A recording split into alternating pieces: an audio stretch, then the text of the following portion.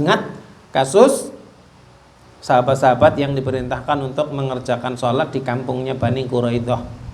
Itu kan ikhtilaf, itu kan ijtihad para sahabat. Tidak ada yang dihukumi salah oleh Rasulullah SAW. Dan begitulah perkara kalau sifatnya ijtihadi. Ya. Tapi kalau dalam peringatan Maulid tadi kok ditambah dengan kebatilan-kebatilan, kemungkaran-kemungkaran, baik kemungkaran itu sifatnya akhlak, ya, ataupun yang sifatnya akidah, maka itu semuanya jadi tidak diperkenankan, ya, karena dia jadi bid'ah.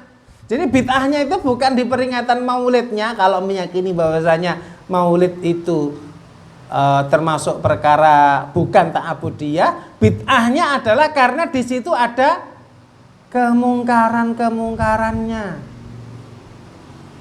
Apalagi kalau di wilayah keraton itu biasanya ada keyakinan-keyakinan tertentu dengan masakan-masakan tertentu. Saya nggak tahu kalau keraton Solo apa makanan khas yang dikeluarkan pada bulan Maulid. Kasih makan ini biar umurnya panjang. Kasih makan ini biar cepat kaya.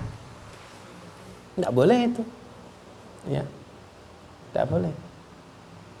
Tidak boleh kita meyakininya, sebagaimana juga tidak boleh kita makan dengan sedikit keyakinan. Ya, sopo ngerti, tidak boleh, ya.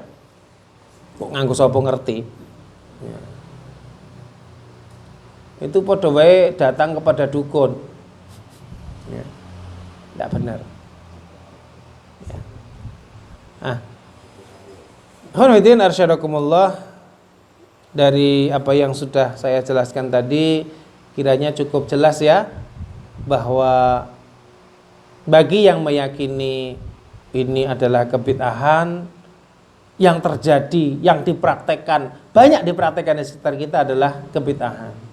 Bagi yang meyakini ini bukan kebid'ahan, mereka harus waspada dan hati-hati, karena prakteknya sekarang juga masih banyak yang menambahkan perkara-perkara yang itu bukan dari syariat Islam atau bertentangan dengan syariat Islam, ya, yang bukan dari syariat Islam. Itu kayak tadi meyakini Rasulullah hadir, ya.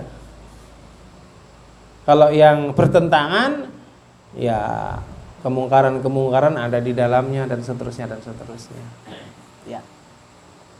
Nah, terkait dengan orang awam yang merayakan peringatan Maulid ini, Syekhul Islam Ibnu Taimiyah rahimahullah memberikan penjelasan bahwa orang-orang yang merayakan Maulid Nabi karena ketidaktahuan atas ilmunya, ya, maksudnya mereka dapatnya dari guru-gurunya, padahal sebenarnya guru-gurunya tidak tepat dalam memberikan informasi misalnya, ya. Mereka itu, ya, di satu sisi mendapatkan pahala, di sisi yang lain berdosa, ya. Mendapatkan pahala karena kalau betul-betul, ya, kalau betul-betul itu merupakan bukti cinta mereka kepada Rasulullah Sallallahu Alaihi Wasallam. Karena banyak sekali orang yang mengaku cinta tetapi tidak membuktikannya sama sekali. Dengan mengaku cinta kepada istri, pembuktiannya apa? Ya. Kalau mencintai itu mestinya kita lebih mendahulukan orang yang kita cintai. Sudah seperti itu. Kalau belum, hati-hati, ya. Maksud saya kita perlu introspeksi. Jangan-jangan apa yang kita klaim ternyata tidak ada pada diri kita. Begitu juga dengan cinta kepada Rasulullah Sallallahu Alaihi Wasallam. Jangan-jangan tidak ada gitu. Tapi kalau betul-betul ada orang yang merayakan Maulid Nabi karena rasa cintanya yang sungguh-sungguh kepada Rasulullah SAW, dia mendapatkan pahala. Tapi di sisi yang lain dia juga berdosa, kata Ibnu Taimiyah. Kenapa? Karena melakukan perbuatan yang belum pernah diajarkan oleh Rasulullah SAW atau yang beliau sebut dengan perbuatan bid'ah. Ini Ibnu Taimiyah yang secara beliau menjelaskan bahwasanya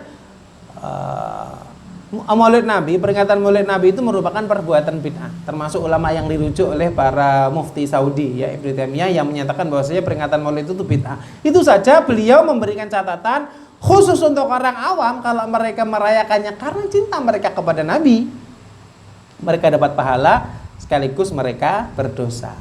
Ya, kata beliau seperti itu. Ya.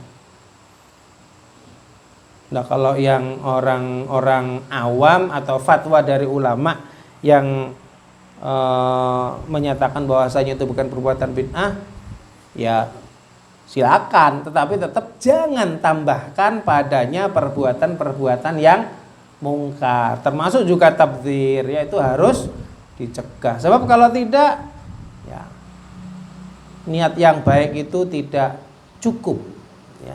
Harus ada pembuktian, harus ada amal, harus ada kepastian bahwasanya apa yang kita lakukan itu tidak bertentangan dengan sunnah Nabi Muhammad SAW, tidak bertentangan dengan syariat Islam.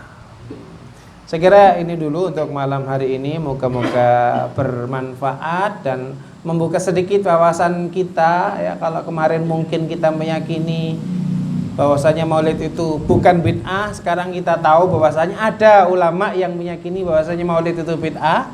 Dan kalau kemarin kita meyakini bahwasanya maulid itu bid'ah, kita jadi tahu pula bahwa ternyata ada ulama-ulama yang meyakini bahwasanya itu bukan bid'ah. Tapi semuanya sepakat tidak boleh ada kemungkaran di dalamnya.